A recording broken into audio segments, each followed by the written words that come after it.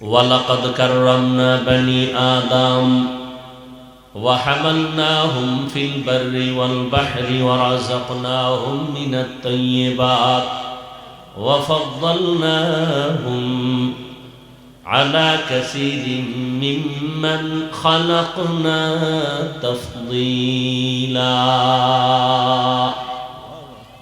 বনি আদম বড় দামি। কেমন দামি? বলে এদের জন্য জমিনে চলার মতো আমি উত্তম ব্যবস্থা করেছি, পানির মধ্যে চলার মতো ব্যবস্থা করেছি। জমিনের চলন্ত প্রাণীগুলো পানির মধ্যে চলতে পারে না, পানির মধ্যে থাকা প্রাণী জমিনে চলতে পারে না। পারে না। কিন্তু মানুষ এত দামি, আমি আল্লাহ ওদের জমিনেও চলার সুন্দর ব্যবস্থা করেছি, আবার পানির মধ্যেও চলার মতো ব্যবস্থা করেছি। যেই লোহা পানির মধ্যে ছেড়ে দিলে ডুবে যায়, মানুষ মেধা দিয়া ওই লোহা দিয়া স্টিমার বানাইয়া ভেসে ভেসে এক দেশ থেকে অন্য দেশে যায়। আবার আমি আল্লাহ মানুষের জন্য উত্তম খানার আয়োজন করেছি। গর্তের পিপিলিকার খানাটাও আমি দেই, জঙ্গলের হাজারো প্রাণীর খানা আমি দেই,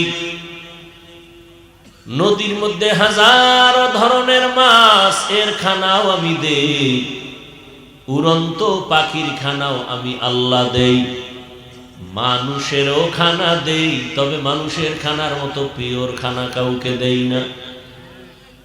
এত মজার খানা, এত পিওর খানা, এত হালাল।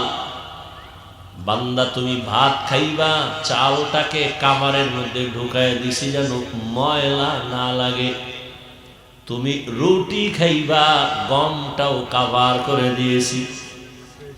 মাছ খাইবা, তাও কাভারে আটকানো, কাভার ফালাইয়া তারপরে মাছ খাও।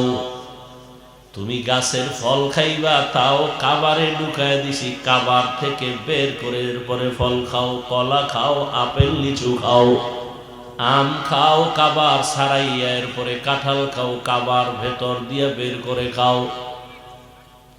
মানুষের খানার মতো জমিন এত উত্তম খানা আমি কাউকেই দেই নাই। এত সুন্দর খানার আয়োজন করেছি কেন?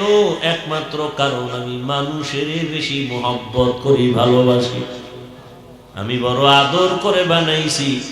আমি আর কাউকে এত মায়া করে বানাই না, আদর করে বানাই নেই। বিশাল এই জমিন যে দেখতেছ রে বান্দা, নজর করে দেখ,